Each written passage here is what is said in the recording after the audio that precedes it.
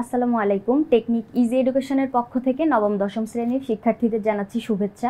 Technique easy education তোমাদের জন্য নিয়ে এসেছে ইজি বায়োলজি এই বইটি, যার আরেকটি পার্ট হচ্ছে অনুশীলনী প্রশ্নগুলো সমাধান করা। অনুশীলনী প্রশ্ন সমাধান করা ছাড়াও এখানে তোমাদের জন্য বিগত কয়েক বছরে বোর্ড প্রশ্ন অ্যানালাইসিস করে দেওয়া আছে, বিগত এমসিকিউগুলো সমাধান করে দেওয়া আছে।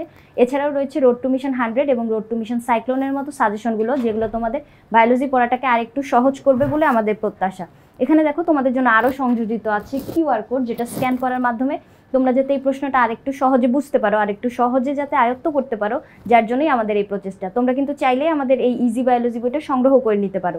চলো আজকে আমরা অনুশীলনীর এই যে সংক্ষিপ্ত প্রশ্নগুলো 11 অধ্যায়ের এগুলো সমাধান করি। মানুষকে একলিঙ্গ বিশিষ্ট প্রাণী বলা হয় কেন? প্রথম প্রশ্নটা এটা। এখন মানুষকে একলিঙ্গ বিশিষ্ট বলা হয় কেন? কারণ মানুষের দেহে যে কোনো একটি মাত্র জননাঙ্গ বা একটি মাত্র গ্যামেট উৎপন্ন হবে। যেরকম দেখো, পুরুষ প্রাণী যদি হয় ওদের দেহে পুং গ্যামেট তৈরি হবে, একটি মাত্র জননাঙ্গ থাকবে।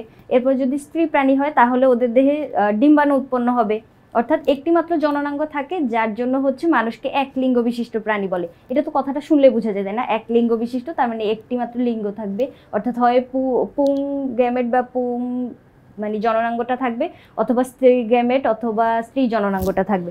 তাহলে দেখো যে এখানে কি বলছে, কারণ প্রজননের ক্ষেত্রে যদি কোনো প্রাণী স্ত্রী অথবা পুরুষ জননাঙ্গ থাকে, অর্থাৎ উভয় জননাঙ্গ না থেকে শুধুমাত্র যে কোনো একটি জননাঙ্গ থাকবে, সেক্ষেত্রে আমরা এই প্রাণীটাকে বলবো হচ্ছে এক লিঙ্গ বিশিষ্ট প্রাণী।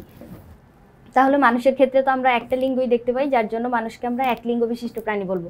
এরপরে 2 নম্বরে আমাদের কি বলছে দেখো তো, জরায়ু কি, এর প্রয়োজনীয়তা।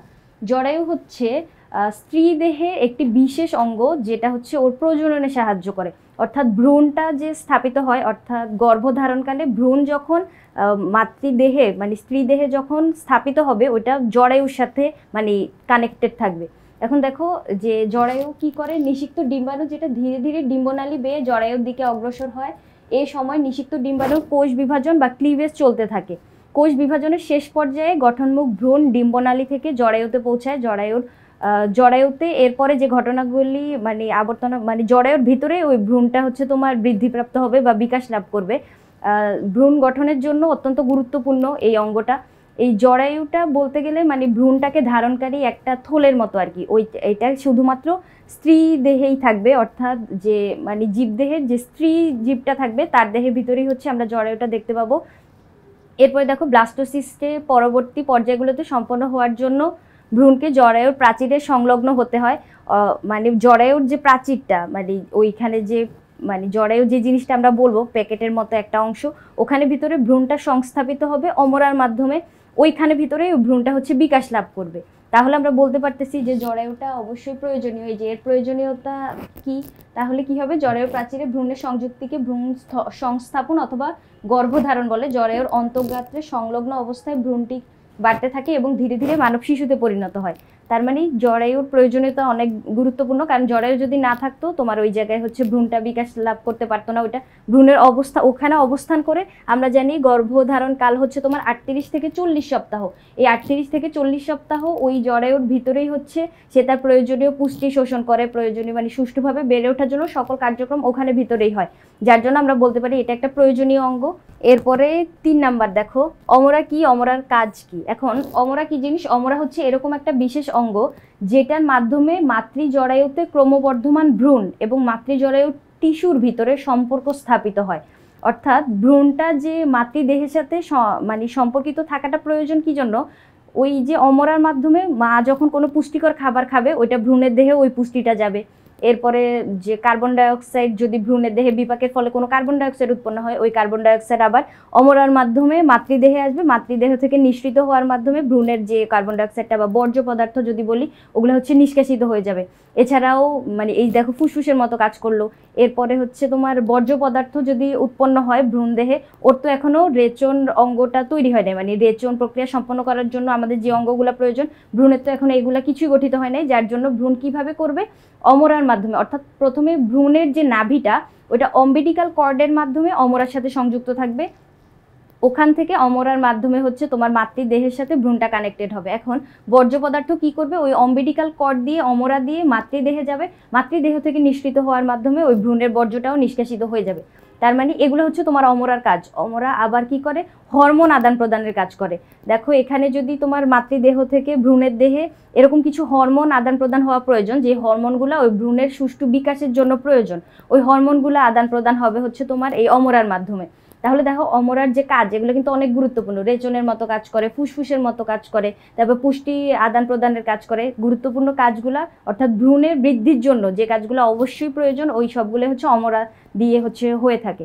এখন অমরা হচ্ছে ওই অঙ্গটা, যে অঙ্গটা এই বিশেষ যে কাজগুলা ভ্রূণের বৃদ্ধির জন্য ওই মাতৃদেহ আর যে ভ্রূণের দেহ এই দুইটাকে কানেক্ট করে, এটাই হচ্ছে অমরা। এগুলো হচ্ছে অনেকগুলা মানে রক্ত জালিকার মতো থাকে আর কি। এই অমরাটাকে তোমরা আবার গর্ভফুলও বলতে পারো। যদি অমরা না বলে এখানে গর্ভফুল বলতো তাহলে আবার হচ্ছে পরীক্ষার হলে প্যানিকড হয়ে যায় না। অমরা আর গর্ভফুল হচ্ছে একই জিনিস। এখন এই ভ্রূণের যাবতীয় সকল কার্যক্রম মনে করো অমরাটা সম্পন্ন করলো। এখন ভ্রূণ যখন ভূমিষ্ঠ হয়ে যায় অর্থাৎ পৃথিবীতে যখন চলে আসে, তখন তো ওরা এরকম মানে এই অমরার মাধ্যমে মায়ের সাথে কানেক্ট থাকার প্রয়োজন নেই। যার জন্য ভ্রূণ যখন ভূমিষ্ঠ হয়ে যায়, ওই গর্ভফুলটাও হচ্ছে মাতৃদেহ থেকে হচ্ছে নিষ্কৃত হয়ে যায়, মানে ওইটা তোর কোনো কাজ নেই, ওইটা হচ্ছে মানে ফেলে দেয় এরকম। এর পরবর্তীতে চলো 4 নাম্বার, অমরার কতগুলো কাজ। চলো এখান থেকে আমরা যদি একটু পড়ি, যে অমরা অনেকটা যে ফুসফুসের মতো কাজ করে, এটা তো বললামই যে কার্বন ডাইঅক্সাইড অক্সিজেন বিনিময় করে। এরপরে অমরা একই সাথে বৃক্কের মতো কাজ করে। বৃক্কের মতো কাজ কিভাবে করে, ভ্রূণের তো এখনো বৃক্ক গঠিত হয় নাই, যার জন্য নাইট্রোজেন গঠিত বর্জ্য পদার্থগুলা কিভাবে নিষ্কাশিত হবে, এই অমরার মাধ্যমে। তারপরে কিছু গুরুত্বপূর্ণ হরমোন, এই যে দেখো এই হরমোনগুলো হচ্ছে তোমার এই কাজগুলো করে। ঠিক আছে, আমি যেগুলো বললাম এগুলোই এখানে আছে। এভাবে হচ্ছে লিখতে পারলেই স্ট্যান্ডার্ড একটা মার্কস ক্যারি করতে পারবা বলে আমি মনে করি। এইডস রোগে কি কি ব্যবস্থা নেওয়া উচিত। এখন এইডস কি জিনিস, এইডস হচ্ছে এরকম একটা ঘাতক ব্যাধি বা মানে মারাত্মক একটা রোগ, যেটার আজ পর্যন্ত কোনো ঔষধ আবিষ্কার হয় নাই। আর এইডসটা হয় হচ্ছে তোমার এইচআইভি ভাইরাসের কারণে। এইচআইভি হচ্ছে এই রোগটার জন্য দায়ী ভাইরাস, আর এইডস হচ্ছে ওই ভাইরাসের জন্য মানে সংগঠিত যে রোগটা। এই জায়গাটা কিন্তু ঘোরানো যাবে না। এইচআইভি হচ্ছে ভাইরাসটা, যার কারণে এইডস হয়। এখন এইডস রোধে তুমি কি কি ব্যবস্থা নিতে পারবা, তার মানে এটাকে প্রতিরোধ করতে পারবা। যদি একবার তোমার এইডস হয়ে যায়, তা এটা থেকে মানে পরিত্রাণের কোনো উপায় নেই। কি জন্য, কারণ এটার কোনো ঔষধ আজ পর্যন্ত আবিষ্কার হয় নাই। আর এইডস হইলে তোমার যে রোগ প্রতিরোধ ক্ষমতাটা এটা অনেক বেশি কমে যায়। কি জন্য, শ্বেত রক্তকণিকা আমরা জানি আমাদের জীবাণু ভক্ষণ করার কাজ করে। বাইরে থেকে কোনো জীবাণু যদি তোমার কোষে প্রবেশ করে, তখন ওই শ্বেত রক্তকণিকা ওটাকে খেয়ে ফেলে বা ফ্যাগোসাইটোসিস পদ্ধতিতে ওই জীবাণুটা ধ্বংস করে। এবং শ্বেত রক্তকণিকা আমাদের দেহে রোগ প্রতিরোধের জন্য যে অ্যান্টিবডি ওগুলা তৈরি করে। এখন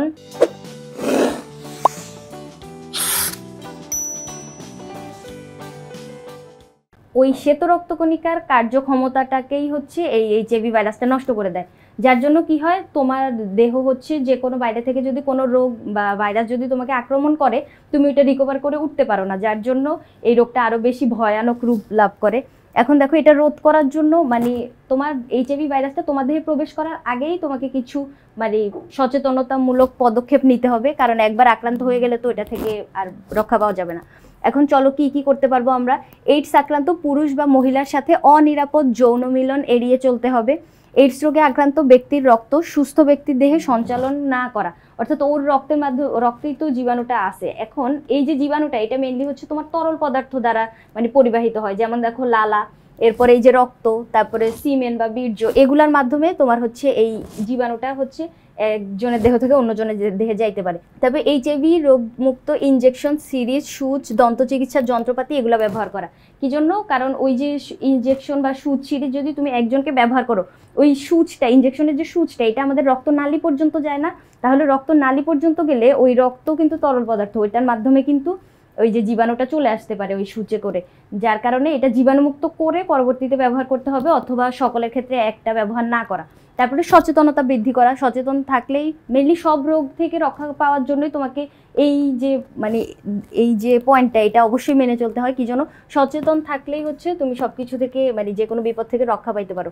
এইডসের ক্ষতিকর দিক সম্পর্কে সকলকে অবগত করতে হবে, তাহলে তোমার সাথে সাথে সবাই সচেতন থাকতে পারবে। কারণ তুমি একা সচেতন থাকলে তো সমাজে মানে তুমি একা সচেতন থাকলে এই রোগ থেকে রক্ষা পাইতে পারবে না। সমাজে সকলকে নিয়েই তো আমাদের পথ চলা, যার জন্য সকলকে সচেতন করতে হবে। তা না হলে হচ্ছে এই যে ঘাতক ব্যাধি থেকে রক্ষা পাওয়া মানে টাফ হয়ে যাবে।